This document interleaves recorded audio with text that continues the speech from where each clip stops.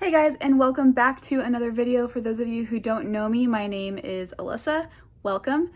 Today's topic, I really wanted to talk about panic attacks. It's something I've always had struggled with in the past. I've experienced them ever since I was a kid, and I know how awful they feel. So I wanted to make this video to kind of help avoid these panic attacks from even coming on. Now, if you guys are willing to stick to the very end of the video, please do, because I have my personal theory as to why we have panic attacks and why it's happening to us and how to get our life back from it. So if you guys are curious to watch to the end, please do. It's really going to help change your perspective of panic attacks and why it's happening to us. And it will change your life. Okay, so without further ado, let's go ahead and get into some of the topics of what helped me to develop these skills to avoid these panic attacks from happening. So my plan for this video is to actually divide these tools and techniques I had developed over the years into groups. So that way when you're in this particular situation, you'll know exactly what to do. So the first one is a public social setting. So the best thing that you can do when you are in a public setting is to not react. I find that whenever I am reacting to a panic attack, especially in public, it makes it so much more intense. So whatever you do, just don't react to the panic attack.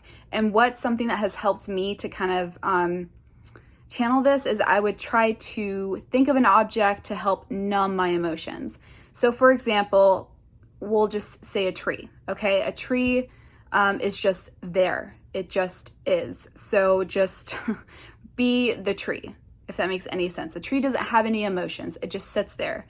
So try to numb your emotions and just be as you are, if that makes any sense. So the benefit of facing your fear in a situation like this is that you're gonna slowly build confidence. You know, just a small short story of mine, I had a panic attack while I was in the car and I was in traffic. I couldn't get anywhere. I couldn't, get anywhere safe. So it was traumatic. It's not that I was driving that caused the panic attacks, but since that kind of traumatized me, I was not able to drive for about a few months. And I had realized that I needed to face my fear. Otherwise, I was never going to get better. So when you face your fear, you can gain the confidence of, knowing the fact that you did it before, you can do it again. And that has always been one of my mantras is, when it came to driving, I had to start driving again, start practicing, start getting comfortable with it. And it took me some time, but every time I got through it because I said the same mantra, which was, I did this before and I was fine, I can do it again. So the next one might sound kind of funny. It's basically a safe word. That's kind of what I call it. So just find a detailed object, whatever object that really pulls to you. Personally, for me, it was a pine cone.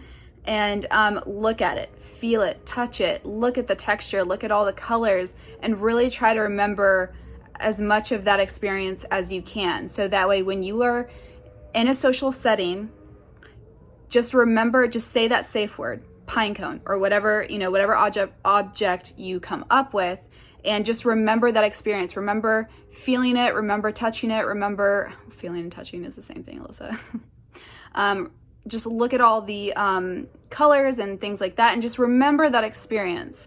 And what that does is take your mind off of your emotion, and it helps you focus on something else. So it starts to kind of alleviate that emotion. It starts to go away. Now, you can actually do this with counting as well, like counting backwards. That also helps.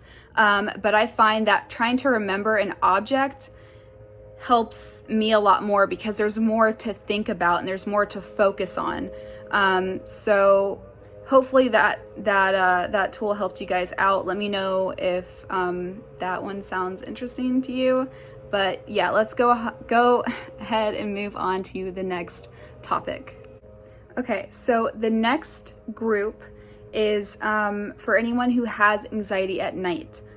Personally, for me, I have experienced most of my anxiety or most of my panic attacks at night, and it had started when I was a kid. I'm not going to get into the story, but I have found some tools that have helped me along the way when it came to having panic attacks at night. So the first one being meditation. You can actually find some guided meditations on YouTube. I will link some down in the description box below if you are curious to see some of my favorites. But listening to the meditations really helps you to relax and keep your focus off of the panic attack, or sometimes it kind of helps you deal with it. It kind of depends on which video you click on, but it helps you to relax, and yeah, that's the most important thing. Okay, so the next one is cleaning the house. I know this one kind of sounds ridiculous, but it helps keep your mind off of your anxiety or your panic attack. You're doing something, you're distracting yourself. Although I know I mentioned in the previous group with the public setting scenario that to just deal with it. And that's kind of like my highest recommendation, is to just deal with it in that moment. But if you're just looking for other ways to kind of just help make it go away pretty quick, I always find that cleaning my house has always really helped me, because again, it distracts you. And by the time I'm done cleaning, I'm so tired and the house is clean. So I'm like already relaxed. You know, that might not help all of you, but I still wanted to mention it because I felt like it was still kind of useful. And the next one is sleep hypnosis videos. You can also find these on YouTube. Again, I will link some down below that are some of my favorites. But what they do is they help to reprogram your mind. They have specific ones from weight loss to anxiety, panic attacks, chakra, etc., you name it. And I have noticed such a big difference. And the difference between meditation videos and sleep hypnosis videos is the fact that with meditation, they're anywhere from like 10 minutes to maybe an hour. With the sleep hypnosis videos, they're about, I think, at least 1 hour up to 10 hours. And so what it does, you fall asleep and the words or the music can heal your subconscious. And it just, I mean, I've personally noticed big changes. And I will just use weight loss, for example. I know I'm getting a little off topic here, but I had noticed when I was listening to weight loss subliminals, the following day I would completely, like, I did not have an appetite whatsoever to crave like bad food. And the same thing that kind of went along when I listened to it for anxiety. There was one in particular, which I'll link down below. And I remember feeling the next day, I just felt healed. I don't know, like instead of just being so stressed waking up, I just felt good. So yeah, definitely recommend sleep hypnosis videos. Again, I will link some down below. But I think that was the last one for the night anxiety scenario. So I'm going to move on to something, I'm going to move on to a more general scenario, which is basically when you're just at your house in the middle of the day. Okay, so the first one I want to mention for just something in general, and again, you can use any of these from all the different groups for all the different scenarios, whichever one works for you best. So with the first one for the more kind of like general idea scenario is essential oils. You guys might have heard that before, but I will just kind of mention a short story of how this really helped me. So I have a generalized anxiety disorder, which can be kind of like obsessive,